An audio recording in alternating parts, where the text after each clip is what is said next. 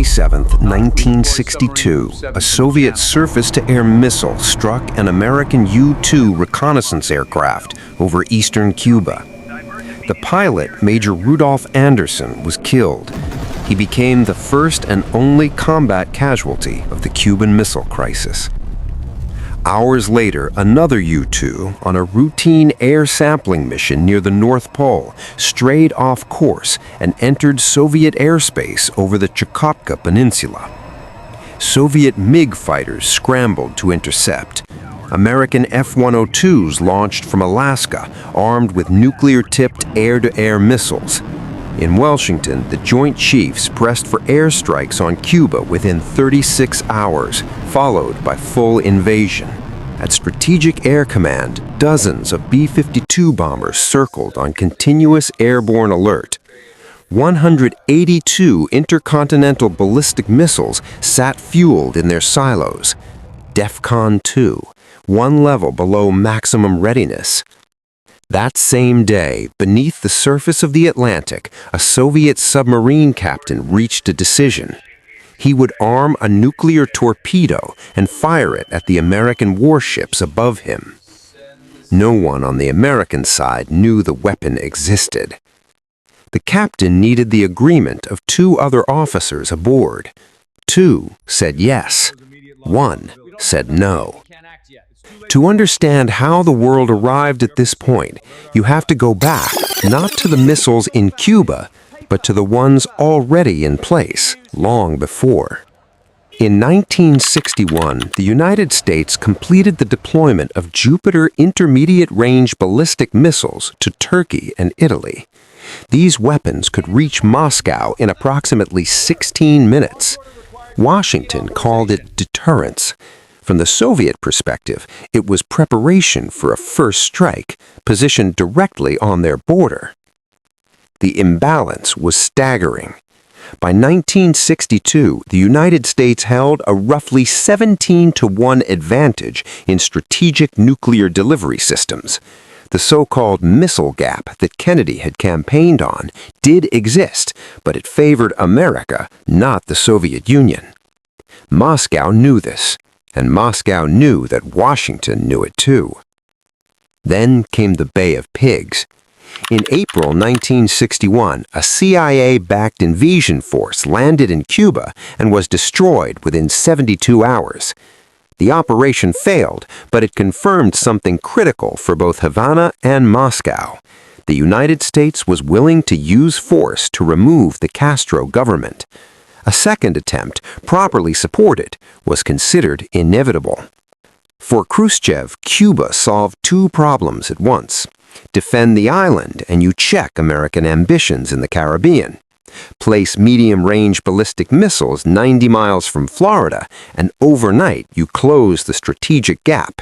Soviet warheads on America's doorstep, mirroring the American weapons already on theirs. The operation was called a nadir.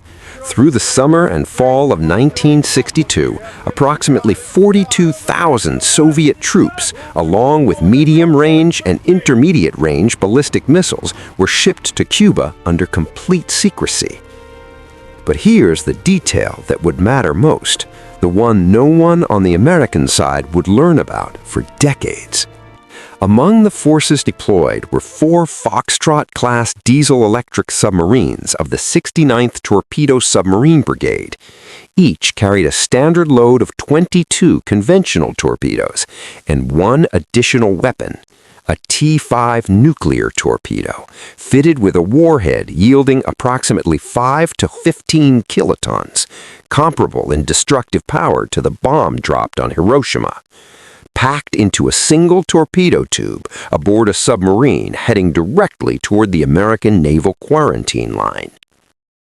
On October 14th, a U-2 reconnaissance flight over western Cuba returned photographs that analysts at the National Photographic Interpretation Center identified as missile launch sites under construction.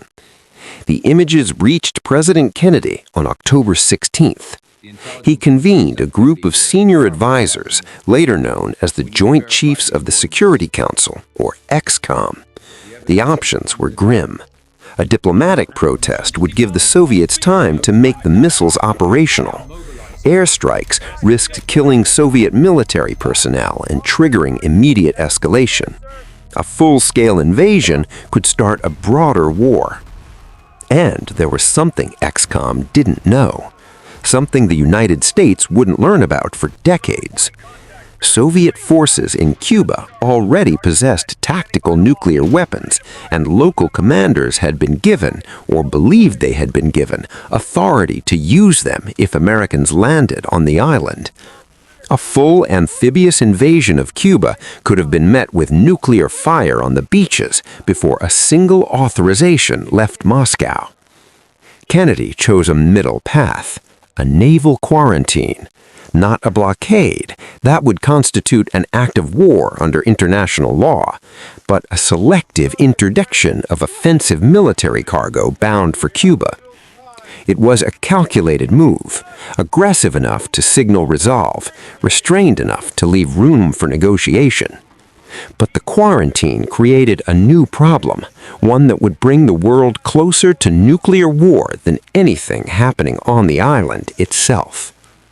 On October 22nd, Kennedy addressed the nation and revealed the presence of Soviet missiles in Cuba. The quarantine took effect 2 days later. Over 60 American warships deployed along a wide arc across the Atlantic approaches to the island. Behind the quarantine line, the Navy had a second task: locate and surface the 4 Soviet submarines believed to be operating in the area. The method was a series of practice depth charges, small explosive devices roughly equivalent to hand grenades, dropped near the submarines as a signaling measure. The protocol was straightforward. These are not attacks. Surface and identify yourself. The procedure was communicated to Moscow. There was a problem. Moscow received the message. The submarines did not. Diesel-electric submarines of that era could not receive radio transmissions while operating at depth. To pick up any signal, a submarine had to rise to periscope depth or surface, exposing itself to detection. The 4 Foxtrot boats had been running submerged for days, completely cut off from all communication. Their crews knew nothing about the signaling protocol. Think about what that means. The Americans designed a system to safely communicate with submarines they were hunting. They told Moscow.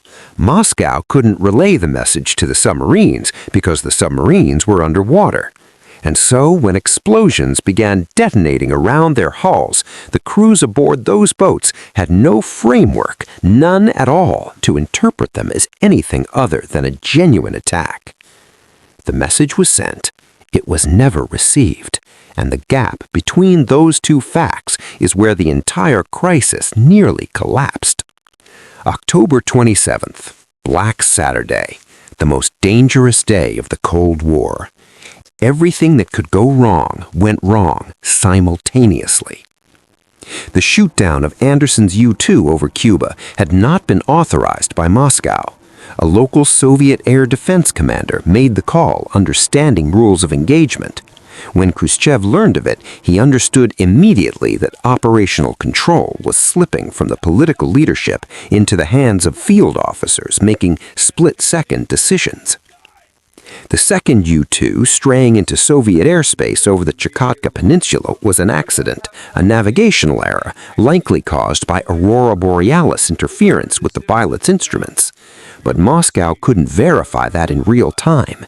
From their perspective, an American military aircraft had just penetrated Soviet airspace at the absolute peak of a nuclear confrontation.